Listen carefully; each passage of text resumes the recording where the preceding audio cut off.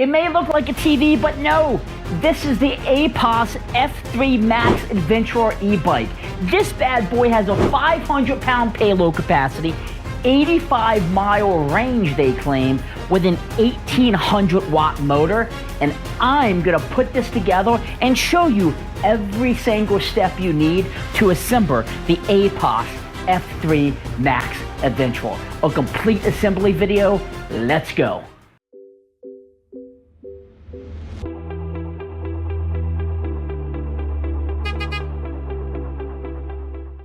So this is a pretty heavy bike when it ships to you.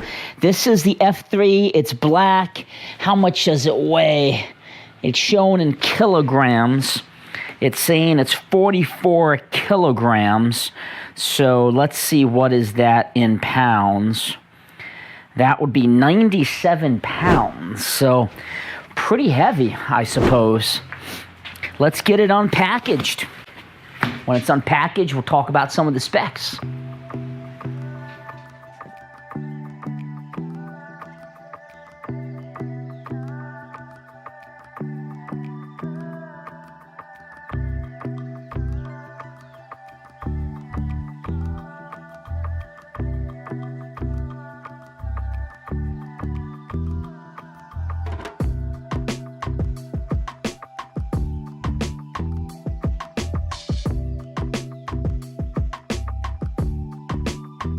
So as you can see, it is a lot of stuff that you have to unpackage. This bike comes a long way to get here.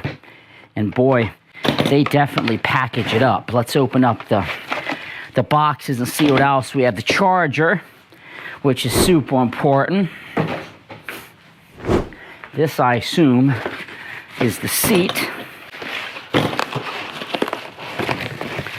Yep. The seat. We have the back tire guard. This is probably the front one. It's smaller, that's how I can tell. It's not going to cover as much. Looks like maybe this is a handlebar extension or something like that, or for the seat probably. Here's the base of the seat. Pretty dang beefy. Then we have another box of bits. So we have the pedals, a toolkit for the front tire, and some zip ties. Now what I don't see an instruction manual. Okay, so it doesn't come with a printed how-to instruction book. I went ahead and printed it. I'll recycle it, but I don't like looking at my phone. I find it too small, and I just don't like doing that. So they have a 24-page PDF on how to put this bike together.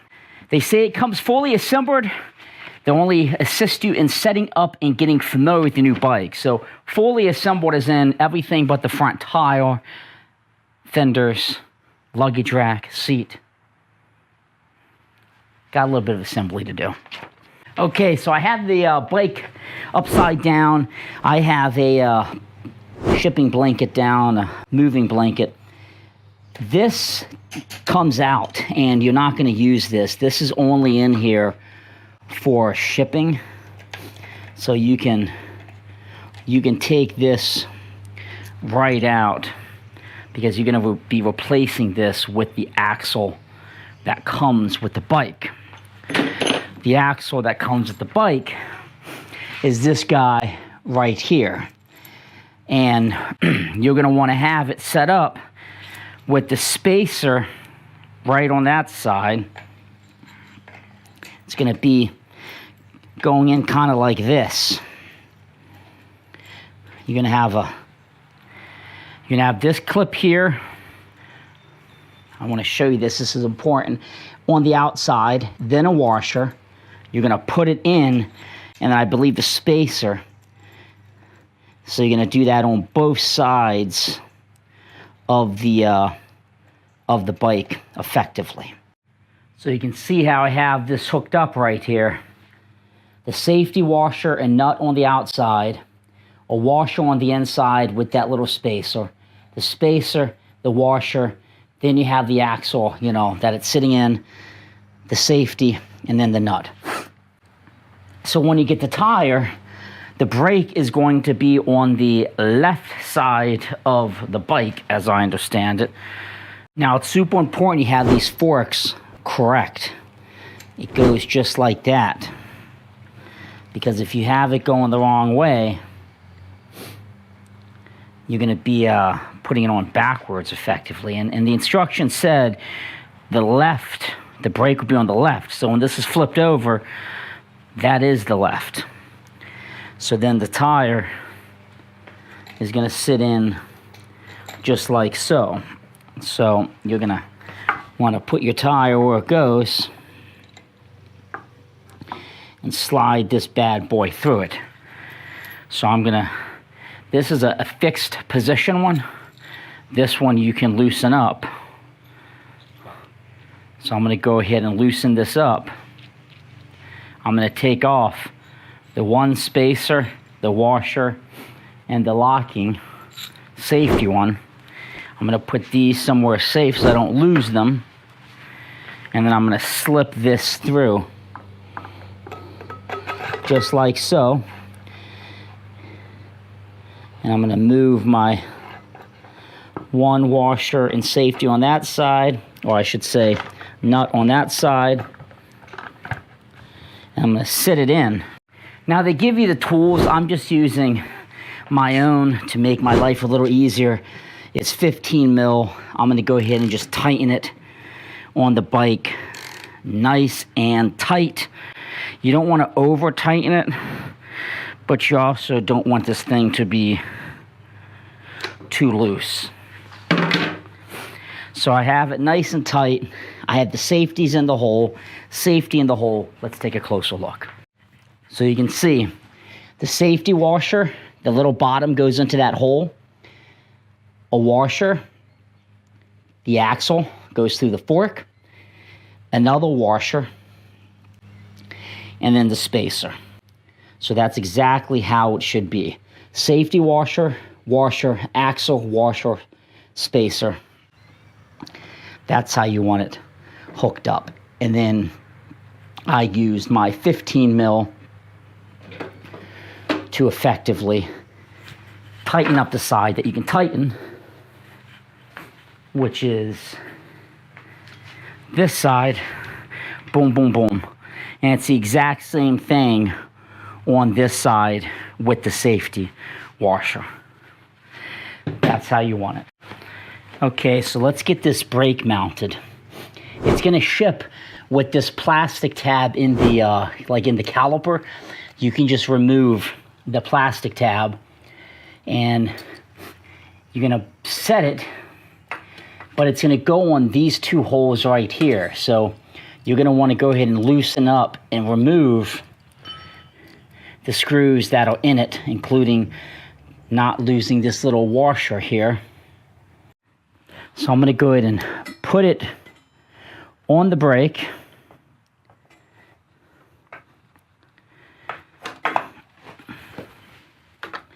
And you're going to effectively line up the holes here, and that's going to be how it goes. So you need to be ready with this to screw in.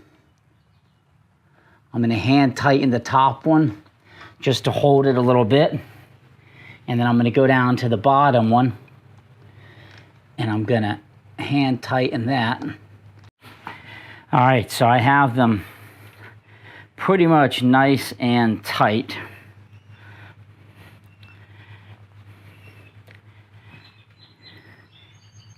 I don't hear any rubbing or anything that would be alarming, because if so, then you probably want to really test how you have it seated. Okay, so you want to flip the bike back over. Please remove this washer before the install of the stem. So this is going to come out. So you want to remove the stem cap and bolt, it says. So let's go ahead and loosen this up. So that's the stem cap. and the stem bolt removed. Okay, so this is the stem. I was wrong what I showed you earlier. You're going to want to unlatch it, just like so. And it's going to sit on just like this. And then it said you want to reinstall the stem bolt. So the answer to my question is pretty easy. You can tilt this back even farther. So then you take the stem bolt and you put this back on it. So that's going to be how this is effectively being held on to the frame. So you can see the stem bolt went back in. I tightened it with the Allen wrench. And then it's going to basically shut like that. So the whole premise of this is so you can fold down the handlebars. So then you're going to basically just tighten that and clamp it with the clamp right back on. Okay, you're going to want to loosen up this guy here. And we're going to be able to put the handlebars on. You saw how I was just testing everything before I did it, and that's super important when you do this stuff because you don't want to put it on the wrong way. So take this and put it right over it. There's going to be lines on the handlebar here, if you can see that. That's just where you want to kind of center it. And then just put this back on and tighten it back up. So when I mentioned those kind of grooves on the handlebar, they're just these lines here. That's just to give this a little bit of a bite, per se. And then just keep these a little bit tight until you get all of them on, and then I would tighten them kind of at the same time, so you're not over-tightening one area and pulling it down more than the others. Okay, it's a new day. I had to take a break yesterday because we had a party to go to, so I'm going to finish putting the seat on, the fenders. But before I do that, I went ahead and folded the bike up, and I laid it down because it's kind of hard when you fold it up to get this battery out. And what I want to do is pull the battery out because I'm hoping I can charge it without it, being in the bike. So you basically push the key in and hold it down.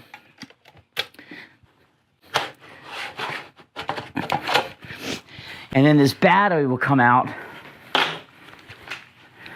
And of course you can take the charger. It has this little adapter plug at the bottom. And on the side of the battery, you can actually plug it in. So I don't ever store the e-bike batteries in the bike. But when you charge it, you can just do it like that and then plug it into a wall. So I'm going to let this charge as I finish putting the bike together. So I'm going to go ahead and tighten up a few bits that I left untightened, such as the handlebar section, because I've clarified this is exactly how I want it. And then this little brake gizmo here needs to be tightened up. This one is already nice and tight. So you got to go ahead and loosen this up. It's a 10 mil. I'm using a socket wrench just to make it a little easier on me. And then I'll use the provided Allen wrench that they give. But basically just loosen this bad boy up, because that's how you're going to want to put the light on. So I have it loosened. I'm going to want to take the light. I'm going to put it through the light here. Put it through the fender. Slot it through. Put this washer back on here on the back. And then put the nut back on. I'm going to go ahead and tighten it. Tighten it back on nice and snug.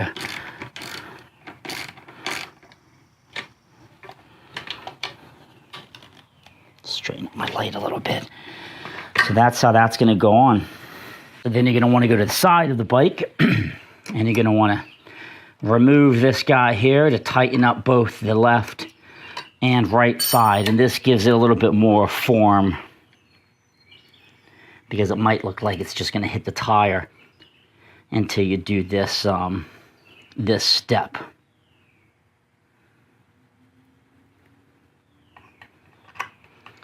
And it's going to basically just go in just like so. And then tighten this all the way on to the bike. Do that for both sides.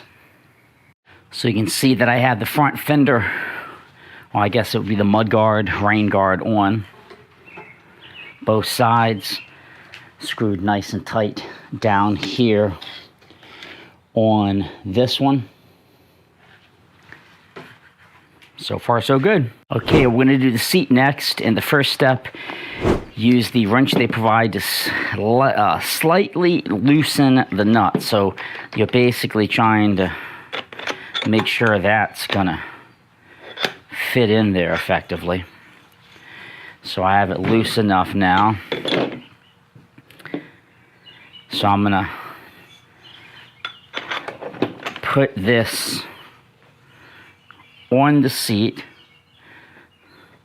I'm going to keep this facing so I can see it.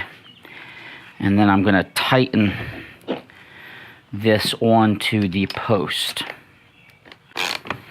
This is a 15 mil, if you were wondering. That seems plenty tight enough. Go ahead and put the seat in. Remember, you can tighten this clasp up with the little twist on the back. I'm just going to put this right at, say, right there. And then I'm going to latch it down. But you see, I got to tighten this up a lot more. So keep turning this on the back. Because if not, it's, you know, it won't bite and hold that. So then you got your seat on. If you feel like it's not tight enough, take it off. Tighten this up even more. Okay, so let's put this splash guard on. And I was a little confused. I'm going to try to show you exactly how this goes to my understanding. There's a screw in the rack right here. So we're going to want to loosen this up with the washer that's on it.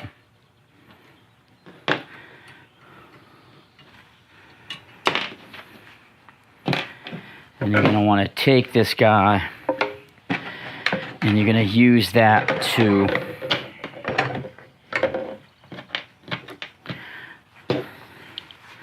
put in here initially, like so.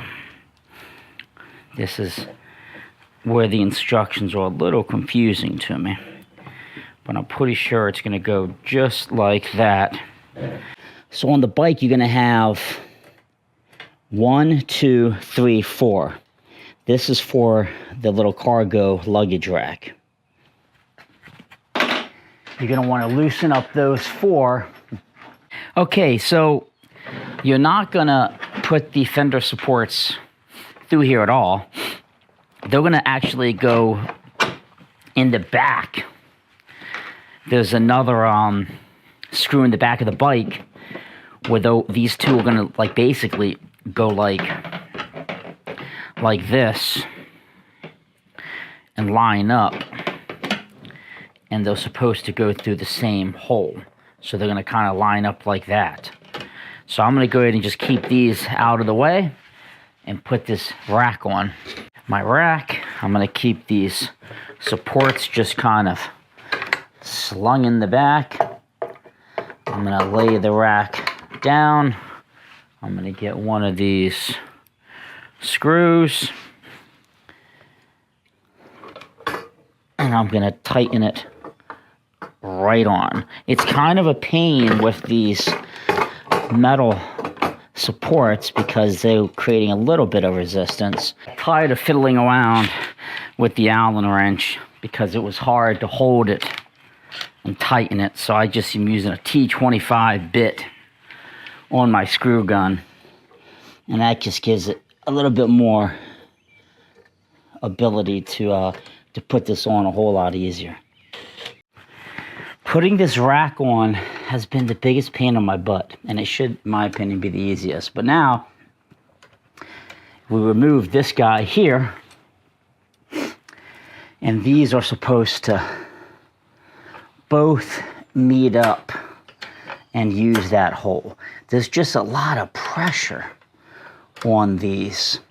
It doesn't, as you can see, it's not like it just meets up. You got to really flex this thing up in order to get it up there. And the bike isn't that stable with this kickstand. It's actually a pretty small kickstand with not a lot of tilt. But again, it's supposed to go that one up there, and then this one right over top. So let me fiddle with this a little bit. Okay, so I basically put the screw through both of them, and now I'm just gonna put it on the hole and screw it in. And while I'm down here, I'm gonna go ahead and take this cable here, and I'm gonna plug in the light. And then you're gonna wanna basically take these guys and line them up like so. Then take your screw and push it right in. Oh, wrong way. I have this so I can't over tighten it. That's why you heard that noise. All right, so let's do the pedals. We'll go ahead and take the left pedal. This is not righty-tighty, lefty-loosey. You actually put it on, tightening it to the left. All right, so let's get some air in these tires. It calls for a max of 30 PSI. So I'm gonna put like 25 or so PSI in them.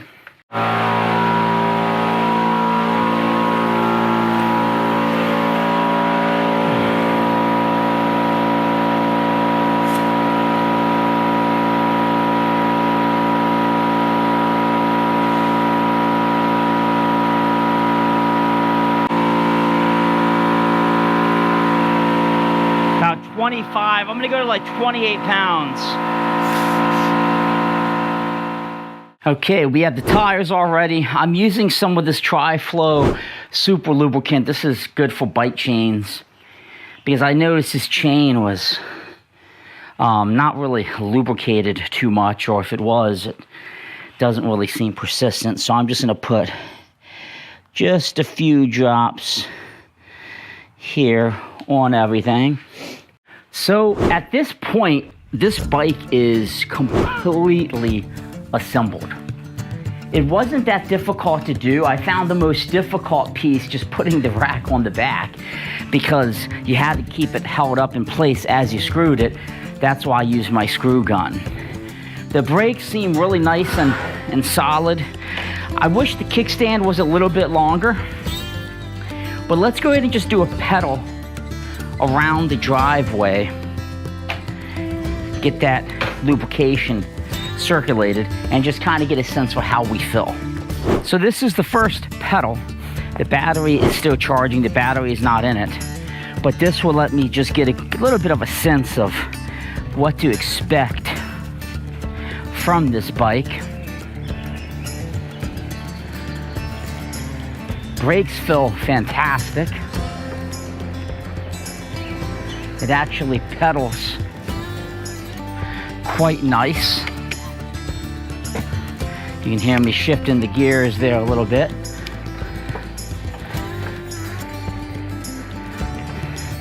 So it's a 7-speed bike. The seating position does seem a little bit not as far back as I'm used to, but I think this would be perfect for my wife. So these are the controls, your brake, your headlight. You can kind of see that headlight there against the wall. the horn, turn signal, and then you have your speed. So nothing 1, 2, 3, 4. It goes up to level 5.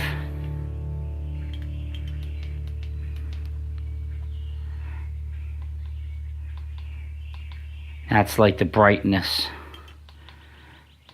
of the screen. That's your power button. That's your odometer, your max speed, your average speed, how many volts you have. It looks like I have 52 volts. How many amps, and your total trip. So we're just gonna go to, so this is the first official e-bike pedaling. I'm gonna go up to level 1, hitting my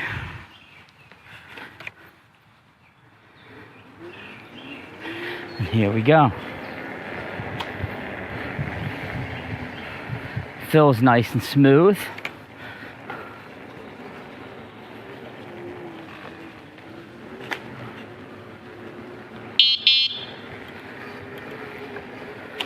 Feels pretty good.